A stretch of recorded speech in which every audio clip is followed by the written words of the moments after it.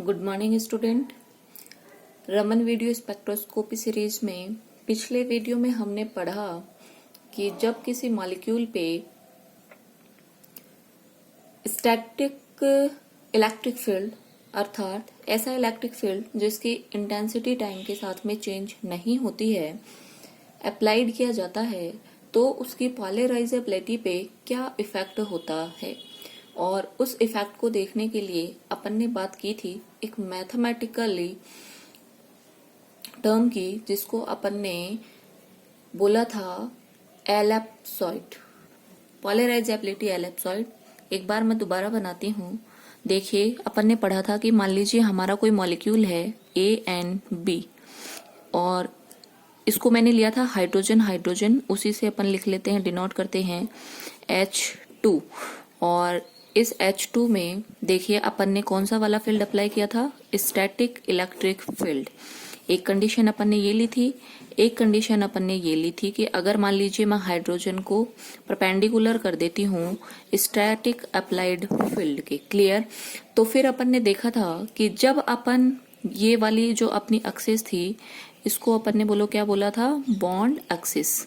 और यहाँ पे मेरी ये वाली क्या है, बोलो ये वाली है बॉन्ड एक्सिस, क्लियर। ये बात अपन ने की थी।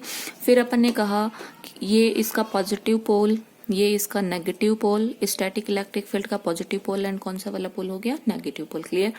अपन ने यहाँ पे बात करी थी कि चूंकि मेरा जो स्टैटिक ये मेरा है हाइड्रोजन बॉन्ड और ये मैंने फील्ड अप्लाई किया है कौन सा वाला, स्टैटिक इलेक्ट्रिक फील्ड। तो यहाँ पे अपन देख रहे हैं कि जो स्टैटिक इलेक्ट्रिक फील्ड है वो परपेंडिकुलर है किसके, बॉन्ड एक्सिस के।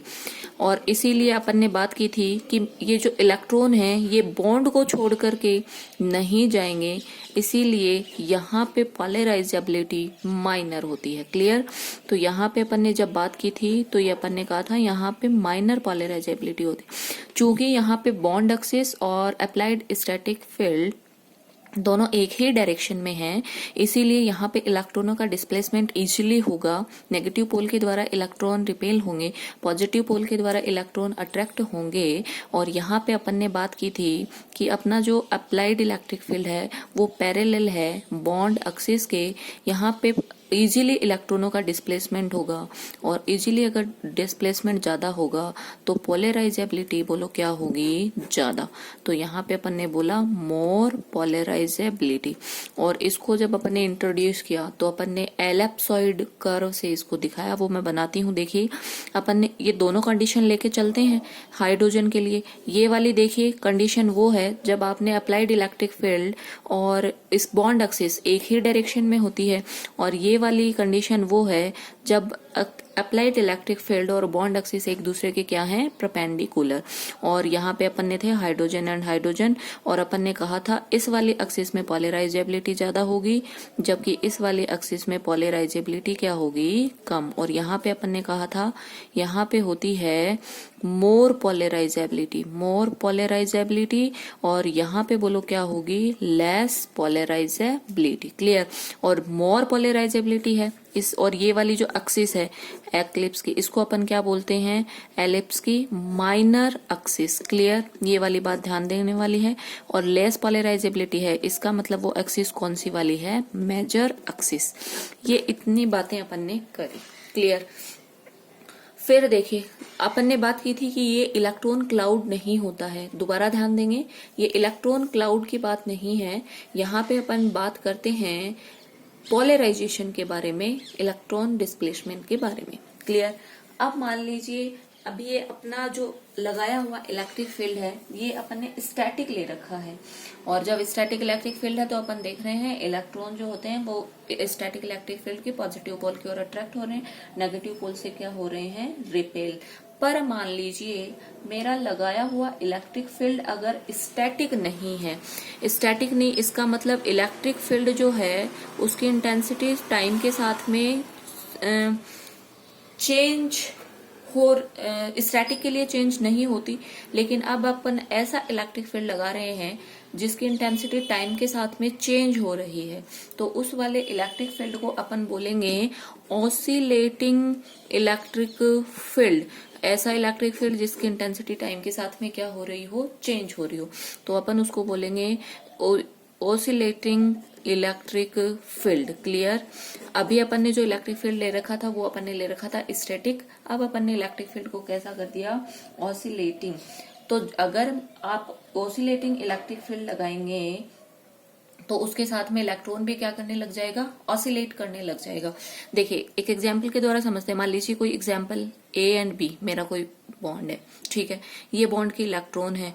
जब आप इस पे स्टैटिक इलेक्ट्रिक फील्ड लगाते हैं तो अपन को पता है, अगर मान लीजिए स्टैटिक इलेक्ट्रिक फील्ड लगा तो इलेक्ट्रॉन, ये पॉजिटिव पोल ये negative pole, electron positive pole की क्या और होंगे, अट्रैक्ट, और नेगेटिव पोल के द्वारा क्या कर दिए जाएंगे, रिपेल। लेकिन अब मैं क्या बात कर रही हूं कि अपन ने ये अपने बॉन्ड के इलेक्ट्रॉन और अपन ने यहाँ पे स्टैटिक इलेक्ट्रिक फील्ड नहीं लगा के ऑसिलेटिंग इलेक्ट्रिक फील्ड लगा दिया। अब देखिए ये इलेक्ट्रॉन भी ऑसिलेट करने लगेंगे बॉन्ड के। कैसे? अपन ने कहा ऑसिलेटिंग इलेक्ट्रिक फील्ड वो होता है जिसकी इंटेंसिटी टाइम के साथ में चेंज होती है। तो मान लीजिए यहाँ पॉजिटिव पोल होगा तो इलेक्ट्रॉन इधर अट्रैक्ट होंगे, उसी ड्यूरेशन में अगर पॉजिटिव पोल आ गया तो इलेक्ट्रॉन इधर अट्रैक्ट हो जाएंगे, फिर पॉजिटिव पोल इधर हो गया तो इलेक्ट्रॉन इधर अट्रैक्ट होने लग जाए, फिर अगर इधर पॉजिटिव पोल बन गया तो इलेक्ट्रॉन इधर अट्रैक्ट होने लग जाएंगे। इस तरह अपन देख रहे हैं कि अपने ये जो इलेक्ट्रॉन है ये भी ऑसिलेशन करने लगते हैं। और ये इलेक्ट्रॉन किस स्पीड से ऑसिलेशन करेंगे ये डिपेंड करेगा मेरे इलेक्ट्रिक फील्ड के ऑसिलेशन पे। जिस स्पीड से इलेक्ट्रिक फील्ड ऑसिलेशन करेगा उसी स्पीड से इलेक्ट्रॉन भी ऑसिलेट करेंगे। क्लियर? इलेक्ट्रॉन के ऑसिलेशन की फ्रीक्वेंसी कितनी होगी ये डिपेंड करेगा कि इलेक्ट्रिक फील्ड के ऑसिलेशन की फ्रीक्वेंसी कितनी है। क्योंकि अपन देख रहे हैं जैसे पॉजिटिव पोल बनेगा इलेक्ट्रॉन इधर, जैसे इधर पॉजिटिव पोल बनेगा इलेक्ट्रॉन इधर अट्रैक्ट होंगे, फिर इधर होंगे, इधर होंगे, इधर होंगे, इधर होंगे। तो इस तरीके से जब इलेक्ट्रॉन ऑसिलेट करेंगे तो उनकी ऑसिलेटिंग फ्रीक्वेंसी कितनी होगी ये डिपेंड करेगा कि अपन ने जो ऑसिलेटिंग इलेक्ट्रिक फील्ड लगा रखा है उसकी फ्रीक्वेंसी कितनी होगी। अतः यदि किसी भी मॉलिक्यूल के पास इंड्यूस, अब ये जो इलेक्ट्रिक फील्ड है इसकी वजह से अपन देख रहे हैं मॉलिक्यूल में इंड्यूस्ड डाइपोल इंड्यूस हो रहा है, तो वो इंड्यूस्ड डाइपोल कितना होगा ये डिपेंड करता है किस पे, अप्लाइड इलेक्ट्रिक फील्ड पे। और इसको अपन ने पिछले वीडियो में देखा था कि म्यू डायरेक्टली प्रोपोर्शनल होता है ई के, ठीक है। जहां पे अपन ने बात की थी कि यहाँ पे ये ई बोलो क्या होता है, म्यू अपन ने बात की थी ये क्या होता है, डाइपोल, और डायरेक्टली प्रोपोर्शनल होता है इलेक्ट्रिक फील्ड के। क्लियर? और अब जब इस समानुपाती चिन्ह को हटाएंगे तो एक राशि आती है अल्फा डॉट ई, और इसको अपन ने अल्फा को क्या कहा था, पोलराइजेबिलिटी। क्लियर? अब देखिए अपन ने इलेक्ट्रिक फील्ड कैसा ले रखा है, ऑसिलेटिंग इलेक्ट्रिक फील्ड। और ये ऑसिलेटिंग इलेक्ट्रिक फील्ड अपने जो इलेक्ट्रोमैग्नेटिक रेडिएशंस होते हैं उनमें होता है। अपन बोलते हैं कि इलेक्ट्रोमैग्नेटिक रेडिएशंस में इलेक्ट्रिक फील्ड भी होता है, मैग्नेटिक फील्ड भी होता है, दोनों फील्ड एक दूसरे के परपेंडिकुलर होते हैं। और वहां पे जो इलेक्ट्रिक फील्ड होता है वो ऑसिलेटिंग इलेक्ट्रिक फील्ड होता है।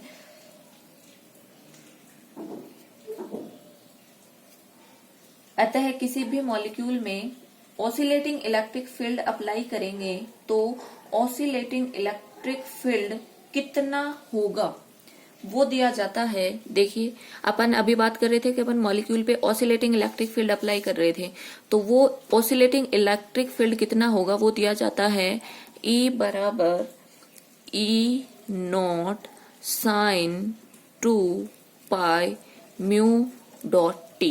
क्लियर? और यहाँ पे जो ये म्यू होता है ये अपनी होती है फ्रीक्वेंसी। क्लियर? ध्यान में रखेंगे, यहाँ पे म्यू बोलो क्या होता है, फ्रीक्वेंसी। इसको आप ध्यान में रखेंगे। इसको मैं समीकरण नंबर दे देती हूँ 1, इसको मैं समीकरण नंबर दे देती हूँ 2। क्लियर? अब देखिए इसका मतलब ये है कि जो इलेक्ट्रिक फील्ड, अगर कोई मॉलिक्यूल पे अपन इलेक्ट्रिक फील्ड गिरा रहे हैं और वो electric field oscillating electric field है, तो उस ऑसिलेटिंग इलेक्ट्रिक फील्ड की फ्रीक्वेंसी कितनी होगी उसी को अपन ने डिनोट किया है किससे बोलो, म्यू से। क्लियर? अब ये E का जो मान है ये मैं समीकरण नंबर 1 में रख रही हूं, तो लिख दें क्या, समीकरण नंबर 2 से E का मान समीकरण नंबर 1 में रखने पर, और जो अपने को मिलेगा वो हो जाएगा म्यू बराबर अल्फा डॉट, अब E की जगह मैं क्या लिख सकती हूँ, E not sine 2 pi mu t. Clear. और ये मेरे पास में कौन सी समीकरण आ गई, समीकरण नंबर 3। क्लियर। अब देखिए अपन ने बात की कि जब किसी भी मॉलिक्यूल पे अपन ऑसिलेटिंग इलेक्ट्रिक फील्ड अप्लाई करते हैं तो उसके साथ में अपने बॉन्ड के इलेक्ट्रॉन भी ऑसिलेट करने लग जाते हैं। और अगर एक चार्ज पार्टिकल ऑसिलेट करता है तो वो खुद भी इलेक्ट्रोमैग्नेटिक रेडिएशंस को एमिट करता है अकॉर्डिंग टू मैक्सवेल। मैक्सवेल के अकॉर्डिंग यदि कोई भी चार्ज पार्टिकल ऑसिलेट करता है तो वो खुद भी इलेक्ट्रोमैग्नेटिक रेडिएशंस क्या करता है, एमिट। इसको अपन कुछ इस तरीके से समझ सकते हैं। देखिए मान लीजिए मेरे पास में अभी ए बी मॉलिक्यूल है। क्लियर। अब ये ए बी मॉलिक्यूल है मेरे पास में। अब मान लीजिए इसमें रोटेशन मोशन हो रहा है, तो ये कैसे मोशन करेगा, देखिए अभी मान लीजिए ए बी, फिर ये होगा ए बी, फिर ये होगा ए बी, फिर ये होगा ए बी, और लास्ट में कंडीशन आएगी बी ए। क्लियर। अब ये मॉलिक्यूल है और ये रोटेशन मोशन कर रहा है। अभी मॉलिक्यूल कैसा है मेरा, स्टैटिक मॉलिक्यूल। अभी मैंने मॉलिक्यूल स्टैटिक ले रखा है। कौन सी वाली मोशन कर रहा है, ये रोटेशन मोशन कर रहा है। ठीक है। तो देखिए मॉलिक्यूल जब ये रोटेशन मोशन कर रहा है, इस पे मैं स्टैटिक अप्लाइड फील्ड लगा देती हूँ। देखिए ए बी, और इस पे मैंने लगा रखा है स्टैटिक इलेक्ट्रिक फील्ड। क्लियर। अब देखिए चूंकि यहाँ पे जो मेरी बॉन्ड एक्सिस है उसी डायरेक्शन में कौन है बोलो, स्टैटिक अप्लाइड फील्ड, तो यहाँ पे अपन को पता है पॉलराइजेशन क्या होगा, ज्यादा। लेकिन अगर मैं बात करूं ए बी पे, अगर मैं स्टैटिक इलेक्ट्रिक फील्ड लगाऊं तो यहाँ पे देखिए, क्या आप बताएं यहाँ पे इतना पोलराइजेशन होगा क्या, जहां पे ये दोनों एक दूसरे के पैरेलल थे उतना होगा नहीं। ऐसे ही जब मॉलिक्यूल इस वाली कंडीशन में होगा तो भी चूंकि परपेंडिकुलर हो गया तो इतना नहीं होगा। अगर ये वाली कंडीशन होगी तो भी नहीं होगा। लेकिन अगर देखिए मान लिया अगर ये वाली कंडीशन हो गई और ये अपनी क्या है बॉन्ड एक्सिस, और अपन ने लगा रखा है स्टैटिक इलेक्ट्रिक फील्ड, तो चूंकि यहाँ पे भी बॉन्ड एक्सिस बोलो किसके पैरेलल हो गई, अपने स्टैटिक इलेक्ट्रिक फील्ड के, और यहाँ पे भी पोलराइजेशन क्या होगा, ज्यादा। तो आप देख रहे हो अपना जो पोलराइजेशन है या पोलराइजेबिलिटी है, क्या वो हर एक डायरेक्शन में सेम है क्या, नहीं। हर एक डायरेक्शन के साथ में उसमें पीरियोडिकली क्या आ रहा है, चेंज। जैसे मैं ऐसे समझ सकती हूँ, मान लीजिए ये मेरा कौन है, ये मेरा है ए, एंड ये मेरा कौन है, बी। ठीक है। अभी अपन ने इस पे स्टैटिक इलेक्ट्रिक फील्ड अप्लाई किया, चूंकि बॉन्ड एक्सिस और स्टैटिक इलेक्ट्रिक फील्ड बोलो क्या है, एक दूसरे के पैरेलल। यहाँ पे जो अपना पोलराइजेबिलिटी होगी या पोलराइजेशन होगा वो क्या होगा, ज्यादा। फिर अपन ने रोटेट किया, रोटेट किया, रोटेट किया, रोटेट किया, रोटेट किया, तो यहाँ पे कम कम, क्योंकि परपेंडिकुलर। और यहाँ पे देखिए एग्जैक्टली क्या हो गया, परपेंडिकुलर, और परपेंडिकुलर हो गया तो बिल्कुल ना के बराबर। फिर देखिए वापस ये क्या होगा, बढ़ने लगेगा, बढ़ने लगेगा, बढ़ने लगेगा, बढ़ने, और जब ये घूम करके देखो 180 पे आ गया, तब वापस इसके बॉन्ड एक्सिस और अप्लाइड इलेक्ट्रिक फील्ड जो है अपना, वो एक दूसरे के बोलो क्या हो गए, पैरेलल। और पैरेलल होते यहाँ पे भी अपना पोलराइजेबिलिटी क्या होगा, मैक्सिमम। क्लियर। तो अब मैं बोल सकती हूँ कि अगर मान लीजिए कोई मॉलिक्यूल है वो रोटेशनल मोशन कर रहा है या वाइब्रेशनल मोशन कर रहा है, या मैं बोलूँ वो दोनों ही मोशन कर रहा है, तो इलेक्ट्रॉन में पोलराइजेबिलिटी चेंज होती जा रही है। अतः अगर मान लीजिए मॉलिक्यूल रोटेशनल मोशन करे, वाइब्रेशनल मोशन करे, या दोनों ही मोशन करे, तो उसकी पोलराइजेबिलिटी में पीरियोडिकली चेंज होता है। पीरियोडिकली चेंज बोले तो टाइम के साथ में उसमें पोलराइजेबिलिटी चेंज हो रही है। जैसे अपन एक एग्जाम्पल के द्वारा समझा, यहाँ पे मैक्सिमम, फिर मिनिमम, मिनिमम, मिनिमम, और जैसे 90 पे आए तब एकदम कम, फिर बढ़ने लग गई, बढ़ने लग गई, बढ़ने लग गई, और जब 180 पे रोटेट किया तो वापस बोलो क्या हो गई, मैक्सिमम। तो उस जो अपन देख रहे हैं पीरियोडिकली चेंज आ रहा है पोलराइजेबिलिटी में, उसको अपन कैसे डिनोट कर सकते हैं, तो देखो उसको फॉर्मूला के द्वारा डिनोट कर सकते हैं। अल्फा बराबर alpha note plus beta sine 2 पाई और म्यू, और अब ये मैं ले रही हूँ उसकी कौन सी वाली motion, vibrational motion dot t. Clear. और देखिए यहाँ पे ये जो बीटा होता है, पहले बता देती हूँ, देखिए अल्फा जो होता है इसको बोलते हैं इक्विलिब्रियम, इक्विलिब्रियम पोलराइजेबिलिटी, और यहाँ पे जो अपना ये होता है इसको अपन बोलते हैं वाइब्रेशनल फ्रिक्वेंसी, क्योंकि अभी वाइब्रेशनल मोशन कर रहा है तो उसको अपन क्या बोलेंगे, वाइब्रेशनल फ्रिक्वेंसी। और यहाँ पे ये जो बीटा होता है ये होता है rate of change of polarisability, rate of change of polarisability. Clear, ध्यान में रखेंगे। तो अभी जो अपन ने फॉर्मूला लिखा था, देखो मैं इसको फॉर्मूला नंबर क्या दे देती हूँ, 3। तो फॉर्मूला नंबर, सॉरी ये 3 हो गया था, यहाँ पे मैं क्या लिख देती हूँ, 4।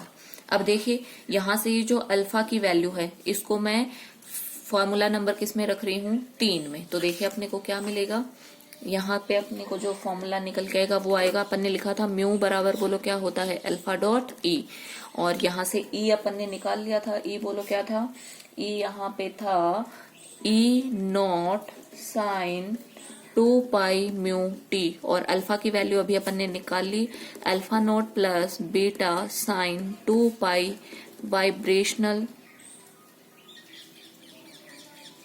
Sorry beta sine 2 pi vibrational dot t. अब इन दोनों वैल्यूज को इस वाले फॉर्मूला में रख देते हैं, तो अपने पास में म्यू बोलो क्या आएगा, म्यू बराबर आएगा alpha naught plus beta sine 2 pi mu vibrational dot t, dot E की वैल्यू और रख देते हैं, ये हो गया E not sine 2 pi mu dot t. ये वाला फॉर्मूला आ गया अपने पास में। और इस वाले फॉर्मूला में अपने को कंप्लीट ये वाला जो फॉर्मूला है ये अपने को कंप्लीट पोलराइजेशन के बारे में बताता है, जिसमें से ये वाली जो टर्म है, ये वाली टर्म किसके बारे में बताती है, ये वाली टर्म बताती है चेंजिंग इलेक्ट्रिक फील्ड के बारे में, ठीक है।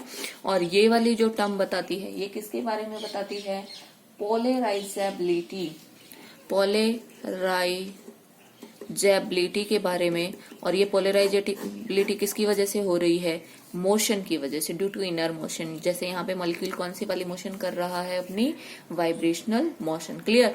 तो ये वाला कंप्लीट फॉर्मूला मुझे किसके बारे में बताएगा, पोलराइजेबिलिटी के बारे में, जिसमें ये वाला टर्म किसके बारे में बताएगा, चेंजिंग इलेक्ट्रिक फील्ड के बारे में, और ये वाला टर्म बताएगा polarizability due to inner motion. Clear, ध्यान में रख लेंगे, इस फॉर्मूला को ध्यान में रखेंगे आप सभी लोग, म्यू बराबर।